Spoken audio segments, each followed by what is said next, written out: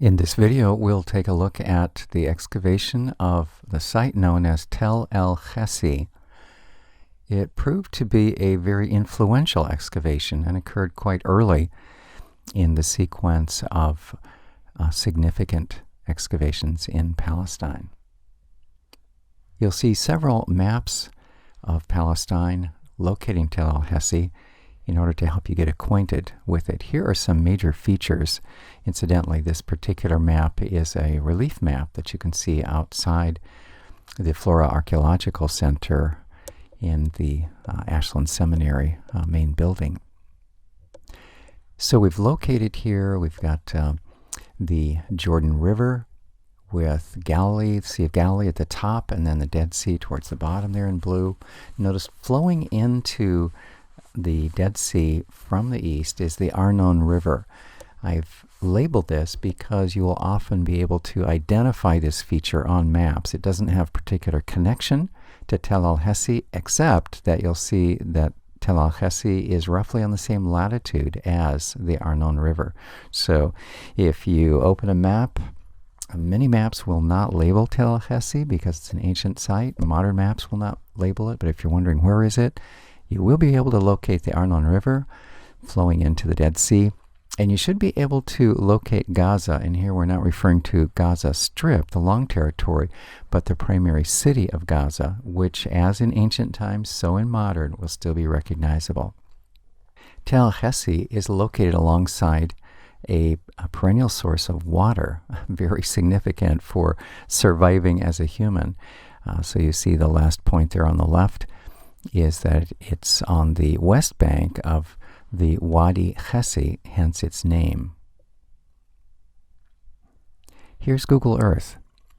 Once again, you can see the depression of the Arnon River flowing in from east to west to the Dead Sea. The shape of the Dead Sea is a little different than you see on the previous one. This would be more the biblical times.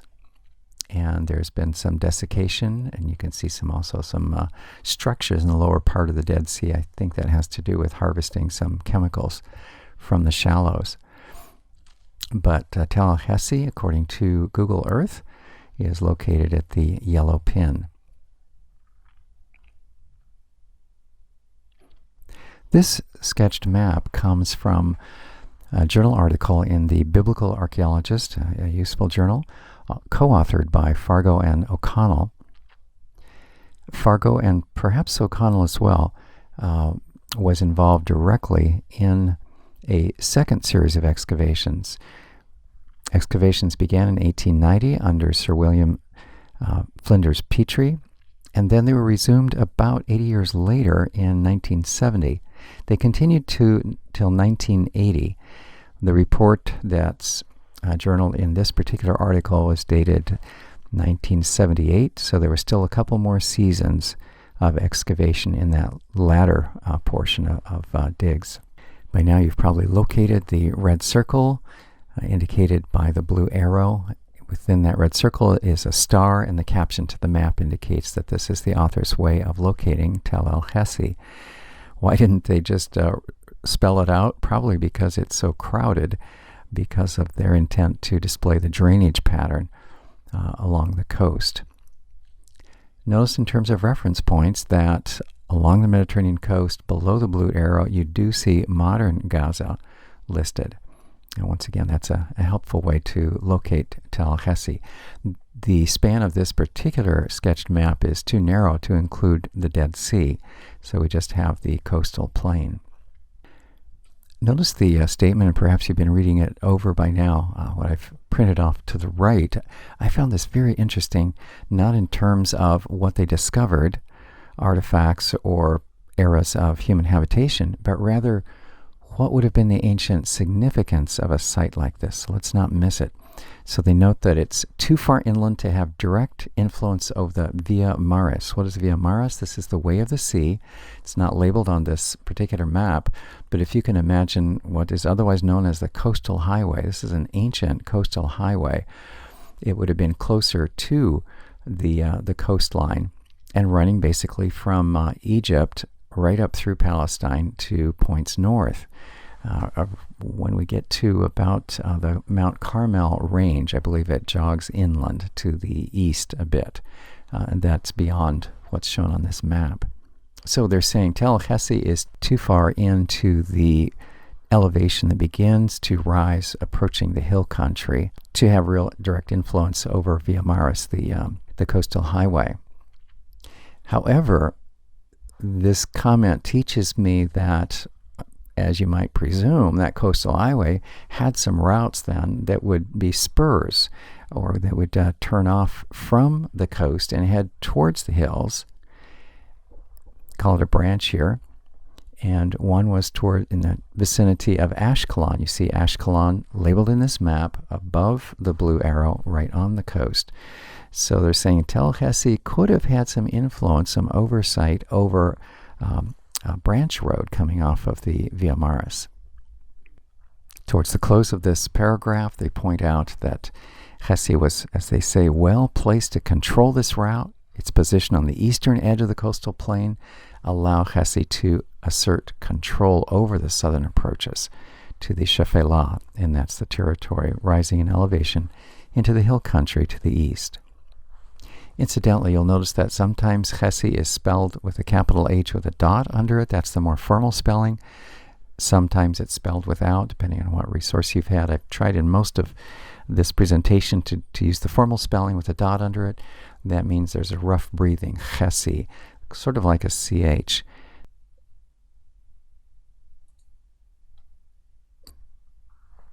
Now we'll turn to several pictures of the actual site, pictures and diagrams, to get ourselves acquainted with the layout and where various probes and excavations took place on Tel Hesi.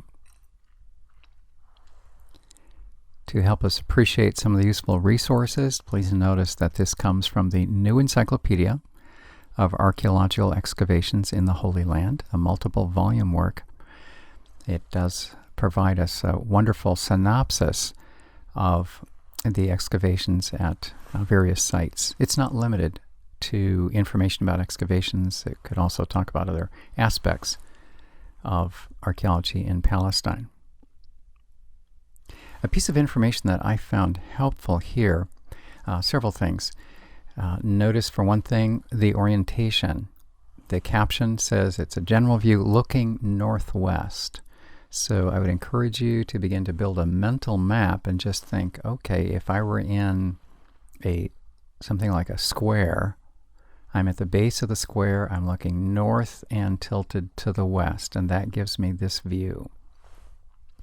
We'll have other slightly different views in subsequent photos. Here's another item to watch for. Notice that this is called, this will be called the Acropolis. In other words, there is a broad field of excavation within which there's a promontory or a raised portion, the Acropolis, the high zone. So this photo here shows the slope and also the Acropolis, which is just one portion of the overall acreage. About 25 acres with a 4-acre Acropolis. Those dimensions will vary depending on which resource you read. Some describe the overall territory of Tel Hesi as even larger, but most of them talk about it being a 25-acre area with a 4-acre Acropolis. Acropolis would just refer to the very upper portions of the elevation that you see here. Also interesting to me here is the evidence of excavation. Notice the palm tree in the lower left and look just above the palm tree, and you see some rectangular indentations. That's evidence of excavation. Also, notice what the vegetation looks like. Admittedly, it's black and white, but you can see the lack of grasses across that region. I see it looks like there's also some structures, maybe some long sticks or poles that reach across part of those excavations. You'll see a different surface, ground surface, in subsequent photos. Finally, I found it interesting to learn that this Acropolis, which was artificially elevated, the height of it grew as the ancient inhabitants piled more and more dirt on over the centuries, which raises the question, where is virgin soil? We're told that initially the height of this elevation, this raised portion, was 17 meters, and virgin soil, as they dug down, turned out to be sand dunes. There are dunes around here and there in this region. So this particular promontory started out, virgin soil, as 17 meters above the fields beyond, in the territory, in the surroundings. 17 meters, and it was a sandy surface, not a rock outcropping. And then notice the last sentence there in the notes. Over time, they added an additional 21 meters. Think of a foot if you're thinking metric conversion. My goodness, a foot is, or 1 meter is 3 feet roughly. So about 63 feet. That's like 6 stories of dirt were added over time as people wanted to keep re-inhabiting the Acropolis. Same shot, making sure that we notice where the excavations are located. Those are not all the excavations. More excavations took place on top of the mound, but these are visible from the general view. Here's another view. Obviously, either the top of the mound has been carved down. I think there was some of that took place because the earlier photo clearly was earlier in history, in time. Notice all the grass that's accumulated. And then notice in the blue oval that we've highlighted in the lower portion, do you see those rectangular indentations? I'm fairly confident those correspond to the same rectangular indentations that you see in the much earlier photo. My guess is that this photo that you're seeing now, the black and white, was snapped probably pretty close to either during or the conclusion of the second campaign, which ran from 1970 to 1980. And then this photo is much, much later. This I picked up on the web. I haven't designated credit to the site, but it's one that you could probably find too if you just put in a web search for Tel Hesi. Here we're looking north, and we still can identify the Acropolis, although it doesn't look as significant here. The Acropolis is located, as you'll see later on, in the northeast corner of the overall 25-acre zone. Now, through Google Earth, we've got a vertical, top-down view. If mentally you're trying to imagine where did the previous photo with the profile shot, where does that fit in the vertical, the aerial photo? This transition going from profile to aerial is one of the skills that we're going to cultivate during our study of archaeology. So this Tel Hesi combination of shots and sketches is going to be a good primer on learning how to orient, because that's going to be very valuable. At least I'm finding it very valuable in getting a sense of what did they find, where, and so forth. One of the things we can point out is that the forested area in the upper right, in this modern Google Earth photo, that is bordered on the left of the forest. You see a vertical green zone. This shows us where the actual wadi, the waterway, would run. And that's the wadi or the waterway known as Hesi, from which this mound has derived its name in the modern appellation. You'll see later on where their attempts have been made to try and locate it in the biblical list of place names, and they're not entirely certain. So at least we have that piece of orientation. By the way, this photo is oriented with north at the top. You can see some modern roadways that have cut through, and initially it can be difficult to grasp where exactly is the Acropolis and where have been the excavation zones. From this photo you can also see evidence of current agriculture And that was an issue that was in play at the times of even earliest excavation. All right, on the left, that same Google photo. On the right, a new sketch. And this gives us the elevation plan, and also it records some of the excavation history. Notice that in the upper right of the sketched map, the elevation climbs in the green circle from outer edge about 110 meters and then up to 140 meters towards that narrowest portion towards the center of the green circle. There's a lot of dots there. Those are probes from the Petrie excavation in 1890. All the dots indicate where they have not done a clear-cut scraping away of soil, but rather digging down for a probe just to see what we can find here and see if it's worth further extended excavation. So the green zone represents the Acropolis. We learned earlier that it's in the northeast region of the overall Tallahassee territory, so that fits. There are a couple of other features we want to locate. The cyan blue arc is one of our clearest points of reference from the sketch to the Google map. You can see the cyan arc is a depression, and indeed that was a natural drainage depression where moisture would run off the elevation, the hill, Tallahassee, and would run down into the wadi. So that helps us realize that we've got the photo and the pencil sketch in proper parallel orientation. Direct your attention, please, to the yellow arc that's in the lower right. Now that would correspond to the yellow arc in the lower right of the Google photo.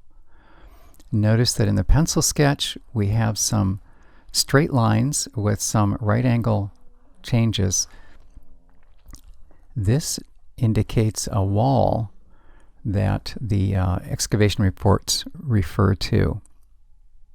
Similarly, in the yellow square or rectangle, there are several probes by Petrie, and also you'll see towards the bottom some of those probes are connected with a line, and that indicates part of a wall. And the excavation report says that this wall, although they have not clearly connected between the yellow square and the yellow arc, they believe that there was a perimeter wall that was continuous across there.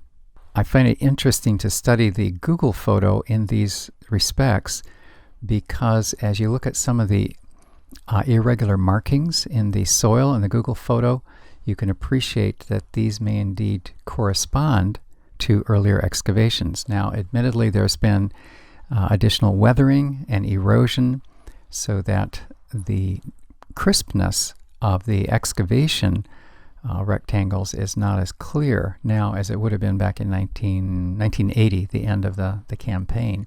But we can still see some evidence of that in the Google photo.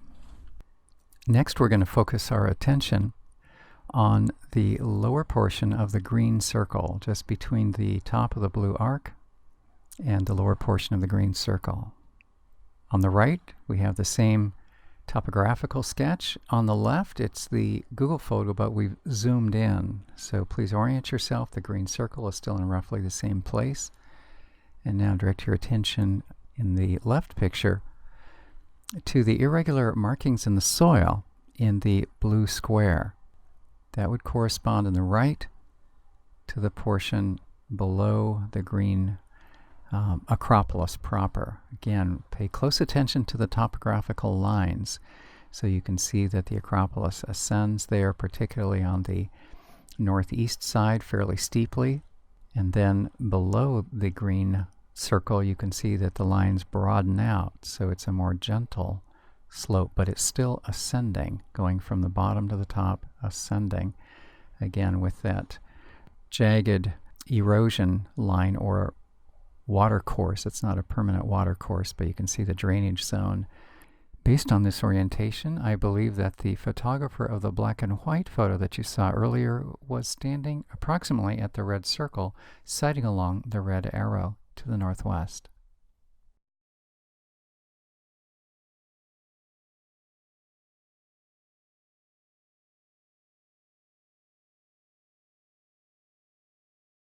One other point of comparison we can make as far as evidence of earlier excavation, Google Photo, again, direct your attention to the left-hand photo, and now look at the blue square, the blue shaded square that kind of overlaps the yellow arc. Notice within that the white rectangular shapes. I believe then, based on the topographical map, that this corresponds to the blue square on the right. That yellow arc then is where they discovered some city walls, and so there were some probes. The dots are Petrie's probes, and then there were some more substantial excavations later on to reveal the wall, and that's, I believe, what we see in the Google map with the white kind of smudges, the light tan smudges just inside the yellow arc, and also the rectangles. You can see those rectangles a little more clearly here. I believe these were rectangular diggings to expose portions of that wall. Hopefully now, with that somewhat of a guided tour, you can look at this map and say, oh, I know where the Acropolis is. I can't tell the elevation from this view, but I know that that upper right zone, just inside the blue turf where the wadi would be, I know that that's the hill, and that smudging below that is excavation. And then when we come to the finger, that brownish finger, you know that that is a drainage depression. And then, based on the topographical map, it climbs up as we approach from that drainage depression. As we approach the yellow arc, we're actually going uphill again. Incidentally, that's my understanding, that's what's called the lower city. You'll see the literature talk about excavations in the lower city. That's in the region of the yellow arc and across that latitude, as opposed to the Acropolis and the slopes approaching the Acropolis. As indicated earlier, the approximate territory is 25 acres, especially including that lower city, with the northeast corner Acropolis spreading across roughly 4 acres. The statement in the paragraph I found informative as to building materials. Here's the situation. For the most part, architecture within Israel was composed of stone. This is going to be a lot more durable and clearly distinguishable from soil surrounding it as there's accumulation. Contrast that to Mesopotamia, where mud brick is used a lot, and also Egypt, although there's certainly stone construction within Egypt. My goodness, you look at the enormous pillars in the temple regions up the Nile of Karnak and Luxor. Phenomenal stone construction, and pyramids also, right? Stone, not mud brick. What's unusual at Tel Hesi is that there wasn't evidently a lot of stone conveniently available, so they constructed with mud brick. Now, when you're excavating and you have a mud brick wall and then you have accumulated mud and soil next to it, sometimes they're telling us it's kind of hard to distinguish. I hadn't thought of that issue before reading this, so I found that rather informative. Now let's move to the question, where in the Bible might this be referred to? What's the correlation? Here's what happened. C.R. Condor, and supported by Petrie, who said, I think you've got it right, back in 1890, they initially thought that this is Lachish, a frequently referred to or substantially referred to site in Israel. They based that in part, I found this fascinating, on the writing of the Christian bishop of Caesarea in his work called Onomasticon, which means names, dating to 4th century AD. And if you look up the description there, he gives some reference points about how many miles from this site and along what road, that's where Lachish is. And they said, well, that's about where we are. later on, that was found to be not as reliable. That is to say, this is probably not what Eusebius intended. Instead, a mound that goes by the name Tel Ed Duir, a little bit northeast of Tel Hesi, is a more reliable location for Lachish. So they said, if not Lachish, what? Maybe Eglon, a Canaanite site that is known in the Bible. But when we look at the biblical description of Eglon, it seems it should be further east, further up the hills. So final analysis, we're frankly not sure what biblical city this is as yet. Maybe something else will turn up. Now let's turn our attention to who it was that excavated the site. What were the institutions that supported them? What were they connected with? And when did those excavation campaigns take place? As we've mentioned already, Sir William Flinders Petrie was the first excavator of this site.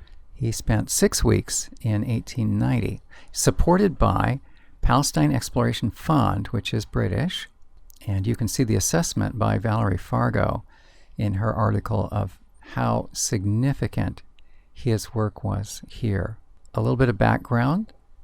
Sir Flinders Petrie, British individual, spent the bulk of his archaeological career in Egypt. In fact, he was taking a break virtually, going to Palestine, settling on Tel Hesi as something worth excavating. He actually surveyed around a bit and then settled on this as being a good place to invest his efforts. Did that for 6 weeks. He will come back to Palestine later on in his career, but he cut his teeth, as it were, in Egypt. And he winds up applying his skills that have been refined in Egypt to Palestine. Which skills? Well, the awareness that these mounds of habitation tend to distinguish the eras of their various populations by strata. So you dig down a ways, and then you can have an identifiable transition, perhaps a period of vacancy, or maybe a destruction layer, and then dig down further, and it'll be a different population, different era. He also connected it with the kinds of pottery, the level of refinement, the decorations. Sometimes you can tell that these are imports. As you see later on, there would be some Greek imports and Persian imports, even at Tel Hesi. So ceramic chronology that helps you identify what era a given stratum should be tagged as. Now, the region of that 25 acres where Petrie concentrated his effort was some in the lower city, and now you'll recognize on that Google Earth picture, that means the lower portion of the photo, not because it's lower in the photo, but because that's lower elevation. And then also he concentrated some efforts on the slopes of the Acropolis. Why didn't he work on the summit as much? He did some probes up there. So you'll recall the dots up on the Acropolis. He didn't do as much real excavation up there because someone was farming it. Well, as we hear this, we begin to get a picture of some of the real obstacles that archaeologists encounter. And so Petrie has to work his excavation around the prior claims of local inhabitants. Something that Petrie introduced then for Palestine excavations was illustrating the pottery, particularly showing, and they're called section drawings, and what they mean by that is cross sections. Here's an example of that. Admittedly, what you see on the right is not coming from Tel Hesi. It's a picture I took from Kathleen Kenyon's book that you see referenced on the left, and this is from her extensive work in Jericho. But I like this because it shows you what they mean by cross-section. Take a look, for example, in the upper left at that saucer-type dish. You're getting a profile view. You can see that in the right half that there's a little pinched handle there. But then notice that the perimeter sketch line is thick on the left and thin on the right. On the right, it's giving you a profile. The left half is giving you basically an X-ray view of it, a cross-section, so that you can see that the ceramic, the clay material itself, is thicker at the middle, the outer wall, and then grows thin at the bottom and a little thin at the upper lip. Number 8 I find interesting. Over on the right, this is a picture, isn't it? Dotted lines for the handle. They're saying we think the handle was about like this. Evidently it was broken off. But notice the bottom of the picture. Do you notice how the thick line actually goes up a bit in the center of the bottom? They're telling us if you look from the outside, it's a flat bottom, but if you were to tip it up, there's an indentation on it. Petrie is the one we have to thank for teaching us to not only sketch the profile of an artifact, a ceramic artifact, but to convey to the person looking at our sketch how thick or thin were the walls. This tells us the level of refinement, the skill of the potter, information of this sort. That's what we mean by a section sketch or a cross section. Here are a couple of snapshots of Sir William Flinders Petrie.